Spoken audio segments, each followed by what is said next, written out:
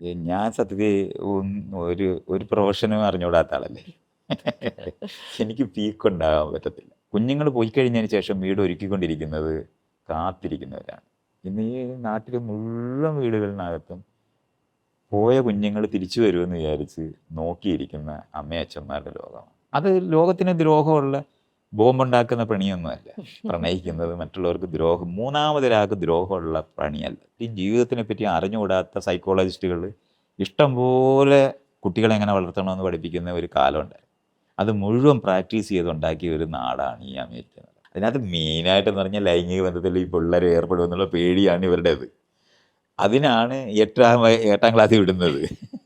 ഇത് കഴിഞ്ഞിട്ട് കല്യാണ പ്രായമാകുന്നവരെ ഇവിടെ ഒന്ന് വളർത്തി കഴിഞ്ഞാൽ പിന്നെ പ്രശ്നമില്ലല്ലോ. എൻ്റെ യൗവനം മുഴുവൻ നഷ്ടപ്പെട്ടു. ഇപ്പം എനിക്ക് പണമുണ്ട്, പക്ഷേ എനിക്ക് ജീവിക്കാനൊക്കുന്നില്ല എന്ന് പറഞ്ഞു. അപ്പം ഞാൻ തീരുമാനിച്ച് ഞാൻ എന്തായാലും ഡെസ്കിൻ്റെ പുറകെ ഇരിക്കുന്ന ജോലിക്ക് പോകത്തില്ല എന്ന്.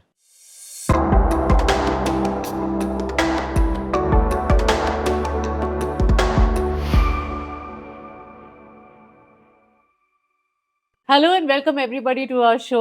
ഞാൻ കുറേ നാളായിട്ട് ആഗ്രഹിക്കുന്ന ഒരു കോൺവെർസേഷനാണ് ഇന്ന് നടക്കാൻ പോകുന്നത്. And I'm so excited to welcome Maitreyan to our show. കഴിഞ്ഞ തവണ എനിക്ക് ഓർമ്മയുണ്ട്, എനിക്ക് മൈത്രേയൻ എന്ന് വിളിക്കാൻ ഒരു പേടിയോ എന്തോ പറ്റുന്നുണ്ടായിരുന്നില്ല. അപ്പോൾ ഈ തവണ ഫുൾ ധൈര്യത്തോടെ മൈത്രേയൻ എന്ന് തന്നെ വിളിക്കുകയാണ്. മൈത്രേയൻ, കൺഗ്രാറ്റുലേഷൻസ്. ആദ്യമായിട്ട് കനിയുടെ കാര്യത്തിൽ ഞാൻ കൺഗ്രാറ്റുലേറ്റ് ചെയ്യണം. ഇതൊരു വലിയ കാര്യമാണ്. കാനി പോവുക, പിന്നെ അതിനുശേഷം ബുസാൻ ഫിലിം ഫെസ്റ്റിവലിൽ ജൂറി മെമ്പർ ആവുക. കനി കുസൃതി, മൈത്രേൻ്റെ മകൾ. Feel so proud and happy. ഒരു അച്ഛൻ എന്ന നിലയ്ക്ക് how do you feel about it? Happy, not proud. Not proud, അതെന്തേ? പ്രൈഡ് എന്ന് പറയുന്നത് മറ്റുള്ളവരെ ചെറുതാക്കുന്നതാണ്. ഓ, അങ്ങനെ ഞാൻ ആലോചിച്ചില്ല. അങ്ങനെ ഉണ്ട്. ടു ബി പ്രൗഡിനുള്ള ഏറ്റവും വലിയൊരു പ്രശ്നം അയലത്തുള്ളവരെ നമ്മൾ താഴ്ത്തി കിട്ടും. അങ്ങനെയാണ്. അല്ലെങ്കിൽ പിന്നെ അതിനകത്ത് അങ്ങനെയാണ് മുന്നണിയാകുക എന്ന് പറയുന്ന സാധനമാണ്. ഞാനതുകൊണ്ട് അത് ആദ്യമേ എനിക്ക് അങ്ങനെയല്ല. നമുക്ക് സംതൃപ്തി തോന്നുന്നു, സന്തോഷം തോന്നും, അത് കണിശമായിട്ടുമുണ്ട്. ഇപ്പം മൈത്രേൻ്റെ കാര്യം പറഞ്ഞു കഴിഞ്ഞാൽ, കനിയെ വളർത്തി വരുന്ന സമയത്ത് ഒരു ഫുൾ സമൂഹം മൈത്രേനും ഡോക്ടർ ജയശ്രീക്ക് എഗൻസ്റ്റ് ആയിട്ട് നിന്ന് കല്യാണം കഴിക്കാതെ മകളെ വളർത്തി ഇവിടെ വരെ കൊണ്ടുവരിക, പിന്നെ അവൾ ഇത്രയും ഉയരങ്ങളിലെത്തുക, അത് ശരിക്കും ഒരു നോർമൽ സിറ്റുവേഷൻ അപ്പുറമാണ്. അതിൻ്റെ ഒരു വാലിഡേഷൻ ഞാൻ പറയില്ല, പക്ഷെ അതിൻ്റെ ഒരു സംതൃപ്തി എന്നുള്ളൊരു വാക്ക് തന്നെയാണ് കറക്റ്റ്. ഞാൻ ചൂസ് ചെയ്ത പാത അത് കറക്റ്റ് ആയിരുന്നു എന്നുള്ളൊരു തോന്നലുണ്ടാവുന്നുണ്ടോ? അങ്ങനെ പറഞ്ഞുകൂടാ. അങ്ങനെയും പറഞ്ഞുകൂടാ. അങ്ങനെ പറഞ്ഞുകൂടാന്ന് പറയുന്നത് ഇപ്പം അവളുടെ അച്ചീവ്മെന്റ് അവൾ അങ്ങനെ ചെയ്തിരുന്നില്ലെങ്കിലോ, അപ്പം ഞാൻ ചെയ്തതെല്ലാം തെറ്റിപ്പോവും. അങ്ങനെയില്ല. അത് നമ്മൾ ഈ പറയുന്ന പോലെ എല്ലാ സാഹചര്യവും ഒരുങ്ങി വരികയും കൂടെ ചെയ്യുന്ന കാരണം കൊണ്ടാണ് നമ്മൾ ചെയ്യുന്ന പ്രവൃത്തികൾ ശരിയായിരിക്കുമ്പോൾ തന്നെ അത് വിജയിക്കണമെന്നോ ലോകത്തിന് എന്തെങ്കിലും സംഭാവന നൽകണമെന്നോ ഇല്ല. അപ്പോൾ അത് അവളുടെ ജീവിതത്തിലേക്ക് കടന്നു വന്നിട്ടുള്ള അധ്യാപകർ, അവളുടെ സുഹൃത്തുക്കൾ, അതുപോലെ തന്നെ നാടകമൊക്കെ പഠിപ്പിച്ച മെൻറ്റേഴ്സ്, ഇവരെല്ലാവരും കൂടി ചേർന്നുണ്ടാക്കിയ ഒരു വിജയമാണ്. ഇനി ആ സിനിമയുടെ ഇതിലെടുക്കുകയാണെങ്കിൽ പായൽ, ദിവ്യപ്രഭ, ഇവരെല്ലാവരും അതിനകത്തില്ല. അപ്പോൾ ആ ടീമിൻ്റെ വർക്കിനേറ്റത്തല്ലേ. പേരൻറ്റിങ് പോലും അങ്ങനെ മനസ്സിലാക്കണം. പഴയ പേരൻറ്റിങ് അല്ല.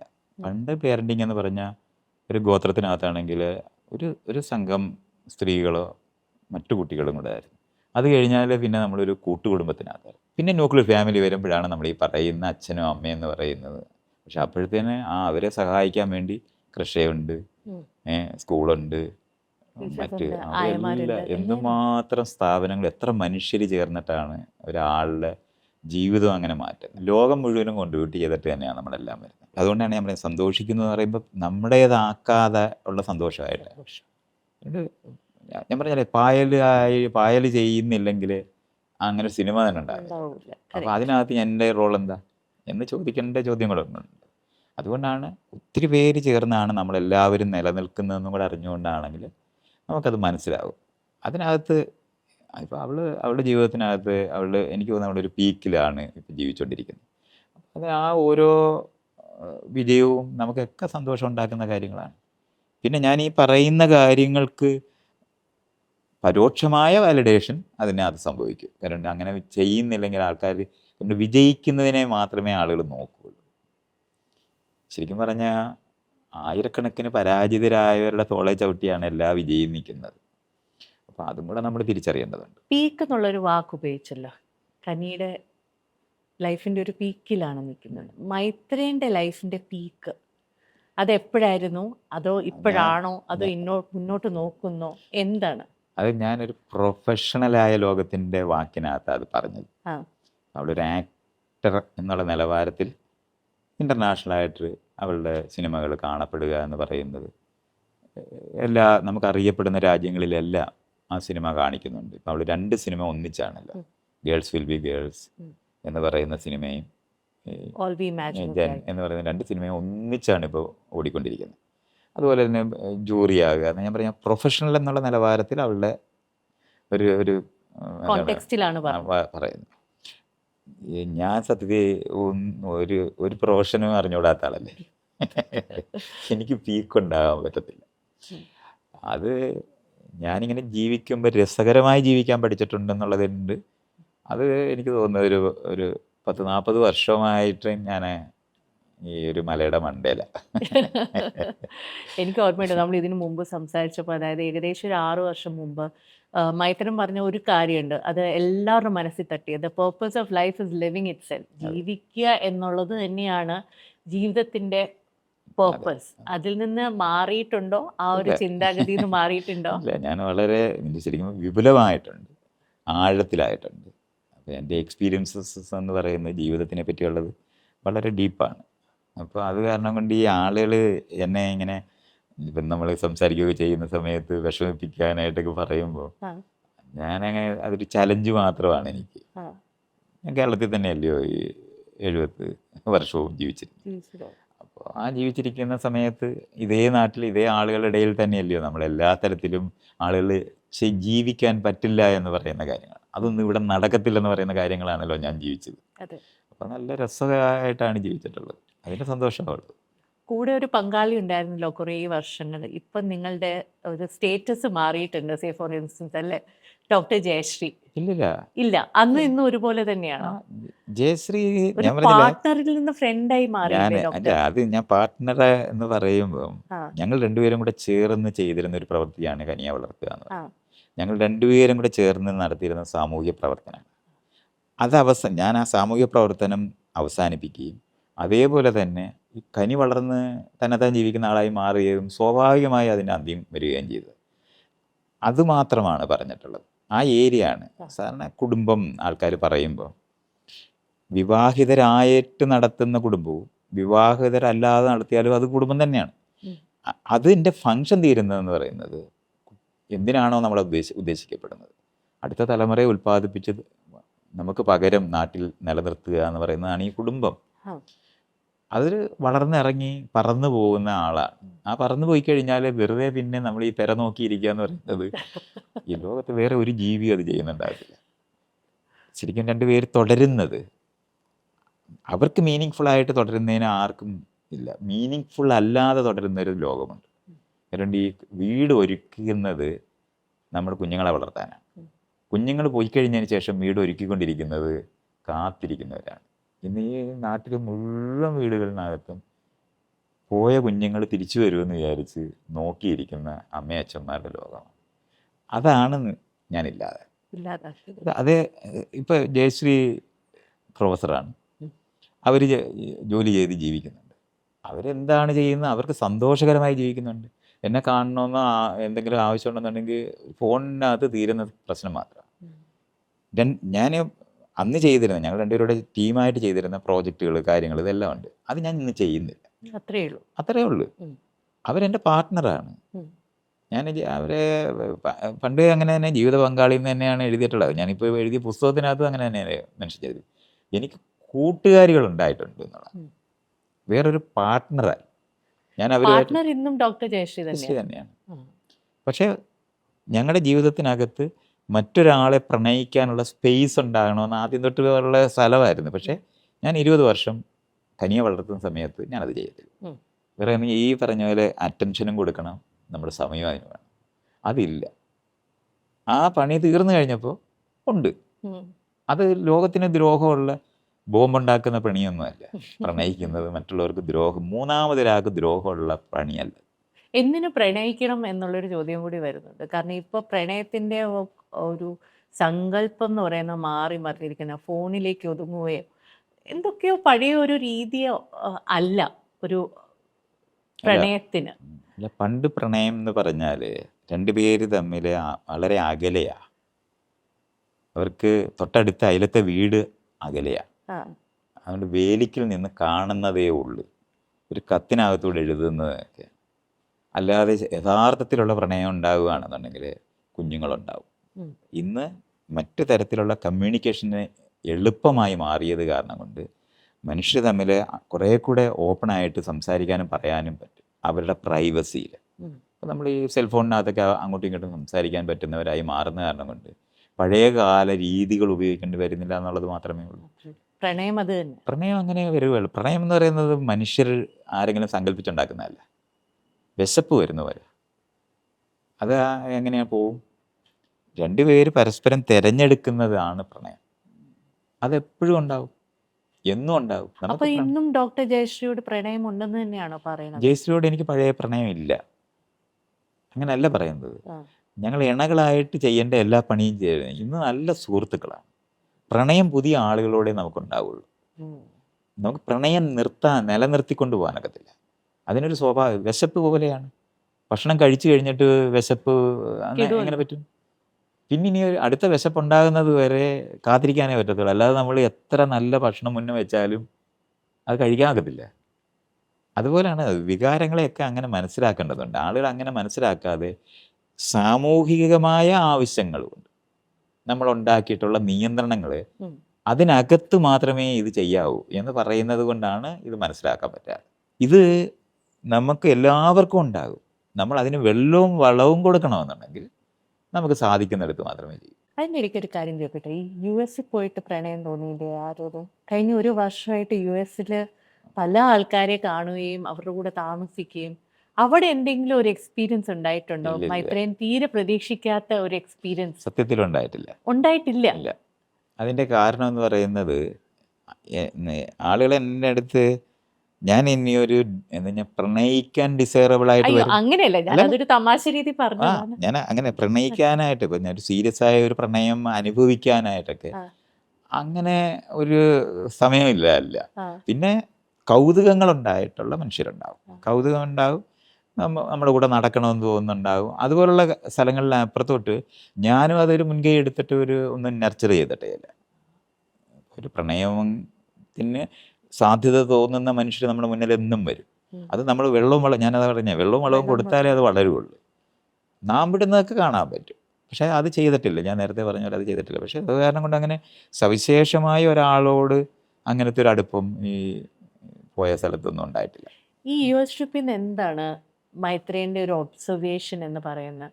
ഒരു ജനറലൈസ്ഡ് ആണ്, പക്ഷെ ജനറലൈസ്ഡ് ആയിട്ട് എന്തെങ്കിലും ഒരു ഒബ്സർവേഷൻ ഉണ്ടായിട്ടുണ്ടോ? അവിടെ ജീവിക്കുന്ന മനുഷ്യർ, പ്രത്യേകിച്ച് മലയാളികളായിട്ടാണല്ലോ ആ. ഇടപെട്ട മുഴുവൻ, അവിടെ നിന്ന് എന്തെങ്കിലും ഒരു ഒബ്സർവേഷൻ ഉണ്ടായിട്ടുണ്ടോ? ഇപ്പം നമ്മളെ പോലുള്ള സമൂഹങ്ങൾ, നമ്മുടെ ഒരു ട്രാൻസിഷൻ സമൂഹമാണ്. ഉം. നമ്മൾ ഈ കൃഷി സമൂഹത്തിനകത്ത് നിന്ന് വ്യവസായ സമൂഹത്തിലേക്ക് മാറിക്കൊണ്ടിരിക്കുന്നതാണ്. അവിടെ ഏതാണ്ട് ഒരു 80% വ്യവസായ സമൂഹത്തിലേക്ക് മാറിക്കഴിഞ്ഞിരിക്കുന്നതാണ്. പക്ഷെ അവരുടെ ഒരു തുടർച്ച എന്ന് പറയുന്നത് ലോകം മുഴുവനുള്ള ആളുകൾ വന്നു കൂടിയ ഒരു ഇടവാണ്. അല്ലാതെ ഇപ്പോൾ യൂറോപ്പിലൊക്കെ ഉള്ള ആൾക്കാർ നമ്മുടെ നാട്ടിൽ നിന്ന് കൃഷിയിൽ നിന്ന് വ്യവസായത്തിലോട്ട് ട്രാൻസ്ഫോം ചെയ്ത്, മറ്റേതങ്ങനല്ല. അവിടെ കൃഷിക്കാരായിരിക്കുന്നത് ആ കൃഷി തന്നെ വ്യവസായമായി മാറിക്കഴിഞ്ഞിട്ടുള്ള സ്ഥലമാണ്. അത് കാരണം കൊണ്ട് നമ്മൾ മറ്റുള്ള സമൂഹത്തിൽ കാണുന്നതിനേക്കാളും വളരെ വ്യക്തിത്വം എന്ന് പറയുന്നത് വളരെ ശക്തമായി മാറിപ്പോയ ഒരു സമൂഹം. ആ ശക്തം എന്ന് പറയുന്നത് അവർ പ്രൈവസി എന്ന് പറഞ്ഞ കൺസെപ്റ്റാണ് അവർ അവിടെ പറയുന്നത്. പക്ഷേ വളരെ ഇൻഡിവിജ്വലിസ്റ്റിക് ആയിട്ടാണ് അവർ കുട്ടിക്കാലം തൊട്ട്.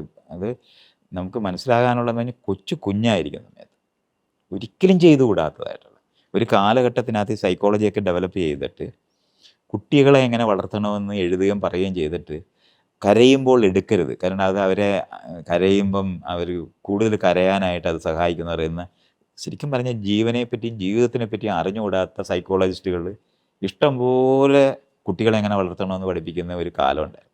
അത് മുഴുവൻ പ്രാക്ടീസ് ചെയ്തുണ്ടാക്കിയ ഒരു നാടാണ് ഈ അമേരിക്ക.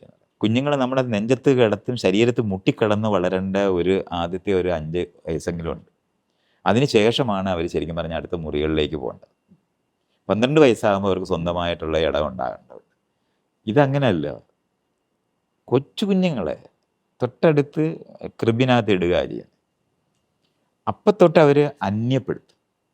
അങ്ങനെ ഉണ്ടാക്കുന്ന ശരിക്കും പറഞ്ഞാൽ ഇങ്ങനെ എന്താണ് ബ്രോയിലർ ചിക്കൻ എങ്ങനെയാണ് രൂപപ്പെടുത്തി ഉണ്ടാക്കിയതുപോലെയാണ് അമേരിക്കയിലെ ജനത.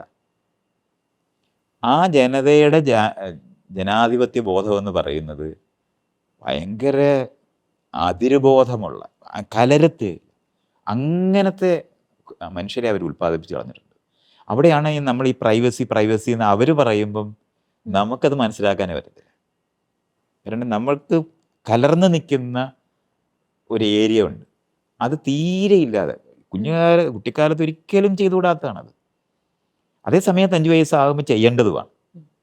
അത് വളരെ നേരത്തെ ചെയ്തു തുടങ്ങിയെന്ന് പറഞ്ഞാൽ കുഞ്ഞുങ്ങൾ അത് ഈ സൈക്കോളജിയുടെ ഒരു വലിയ ഒരു ദ്രോഹം അമേരിക്കക്കാരിലുണ്ടായിട്ടുണ്ട്. എന്നിട്ട് ഈ പ്രൊട്ടക്ഷൻ എന്ന് പറയുന്നത് മുഴുവനും മറ്റുള്ളവരെ ട്രസ്റ്റ് ചെയ്യാതാണ്. വളരെ മെക്കാനിക്കലായ പ്രൊട്ടക്ഷൻസാണ്. അതുകൊണ്ടാണ് ഈ ക്യാമറ വെക്കുന്നതും തോക്ക് ഉപയോഗിക്കുന്നവരും ഒക്കെ ആയിട്ട് നിൽക്കുന്നത്. അപ്പോൾ ഏറ്റവും കൂടുതൽ ഞാൻ ഒബ്സർവ് ചെയ്തതെന്ന് പറഞ്ഞാൽ നമ്മുടെ വണ്ടി ഒന്ന് ബ്രേക്ക് ഡൗൺ ചെയ്തത് സിസ്റ്റം എന്നുള്ള നിലവാരത്തിൽ ഫോൺ വിളിച്ചിട്ട് ആരെങ്കിലും വരുന്നവരെ അവിടെ ഇരിക്കുമ്പോൾ നമുക്ക് തൊട്ടടുത്തൊരു വീട്ടിൽ സ്വാഭാവികമായിട്ട് നമ്മുടെ നാട്ടിലാണെങ്കിൽ ആളുകൾ ചോദിക്കും എന്തെങ്കിലും സംഭവിച്ചു വേണോന്ന് ചോദിക്കുന്നതാണ്. ആ ലോകമില്ല, സിസ്റ്റം കൊണ്ട് മാത്രം കിട്ടുന്നതേ ഉള്ളു.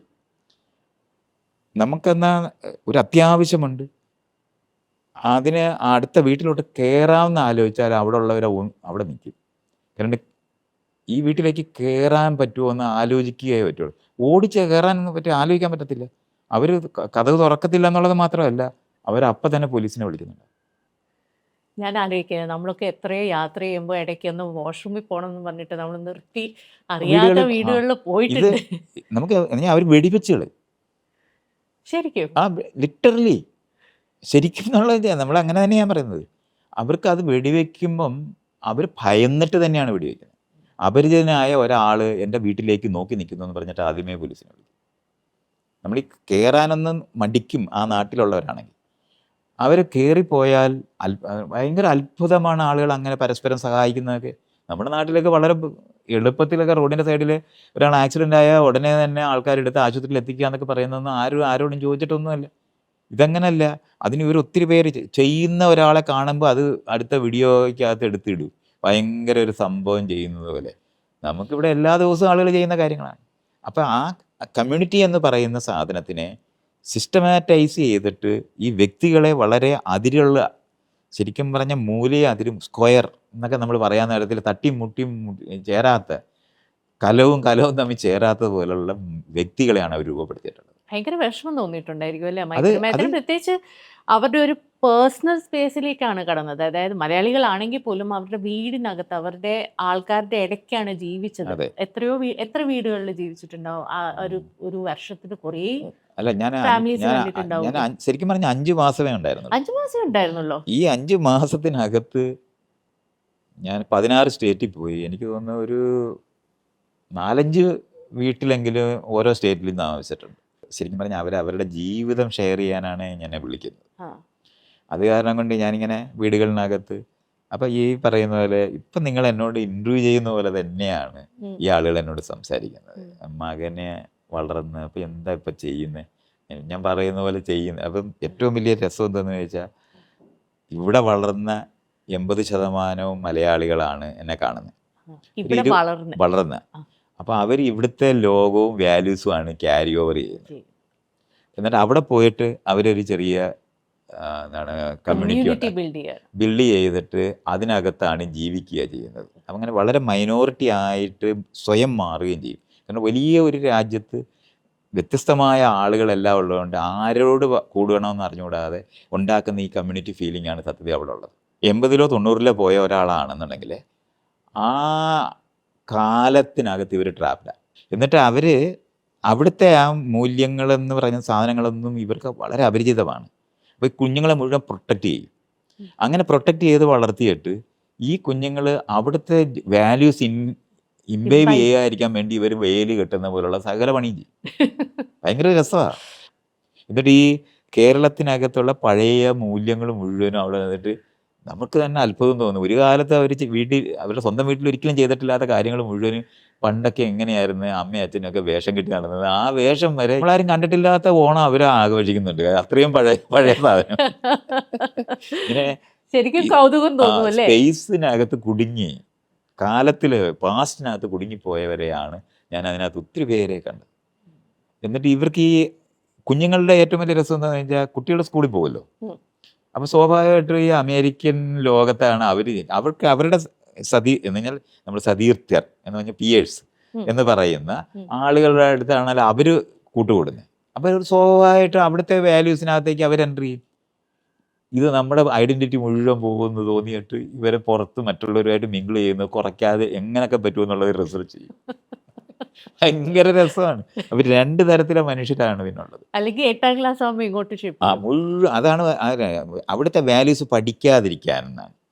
അതിനകത്ത് മെയിനായിട്ടെന്ന് പറഞ്ഞാൽ ലൈംഗിക ബന്ധത്തിൽ ഈ പിള്ളേർ ഏർപ്പെടുമെന്നുള്ള പേടിയാണ് ഇവരുടേത്.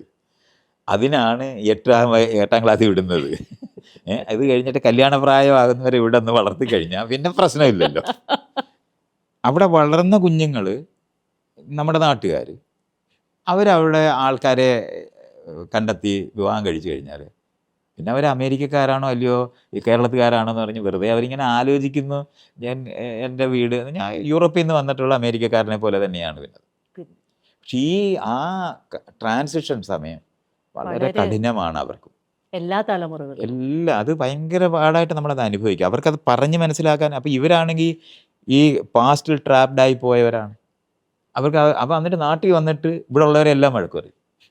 കുറച്ച് ദിവസം താമസിച്ച് കഴിയുമ്പോഴത്തേനും നമുക്ക് നമ്മുടെ റോഡും സാധനവും നമ്മുടെ ടെലിഫോണും ഒന്നും കൃത്യമായിട്ട് വർക്ക് ചെയ്യത്തില്ലല്ലോ.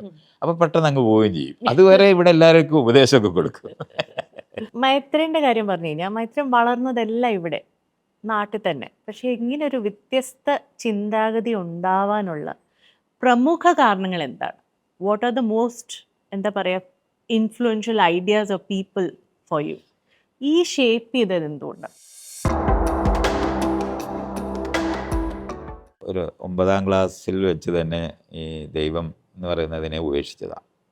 അത് ദൈവം ഉണ്ടോ ഇല്ലയോ എന്നുള്ള ചർച്ചയ്ക്കകത്ത് ഈ ഉണ്ടാക്കിയ ലോകത്തുനിന്ന് ദൈവത്തിനെ കണ്ടുപിടിക്കുമ്പോൾ നല്ലവണ്ണം ഉണ്ടാക്കാൻ അറിഞ്ഞുകൂടാത്ത ദൈവത്തിനെ ഉപേക്ഷിച്ച ആളാണ്. നമുക്കൊരു സ്പിരിറ്റ് ഇല്ല എന്നാണ് പറയുന്നത്, ഒരു സോൾ ഇല്ല. അത് അകത്തൊരാളുണ്ടെന്ന് തെറ്റിദ്ധരിച്ച മനുഷ്യരുടെ ഉത്തരങ്ങളാണ്. അങ്ങനെയാണ് നമ്മൾ മനസ്സിലാക്കേണ്ടത്. സ്പിരിറ്റ് എന്ന് നമ്മൾ പറയുന്നത് ഇതിനൊരു അതുകൊണ്ടാണ് സത്തുപോയി എന്ന് പറയുന്നത്. ചത്തുപോയി എന്ന് നമ്മൾ പറയുന്നത് സത്ത്, ഈ ശരീരത്തിനൊരു സത്തുണ്ടെന്നാണ് അവർ വിചാരിക്കുന്നത്. കോഴി വളർത്തുന്നത് എല്ലാ പണിയും ചെയ്യും, പക്ഷേ ഒരു പ്രായം കഴിയുമ്പോൾ കൊത്തി ഓടിക്കും. ആ കൊത്തി അകറ്റുന്ന പണി ചെയ്യാതെ ആശ്രിത ബോധം തുടരുന്നതിന് വേണ്ടി ഉണ്ടാക്കിയിട്ടുള്ള മനുഷ്യബന്ധങ്ങളിലാണ് നിങ്ങൾ ഈ പറയുന്ന ആവശ്യം വരുന്നത്.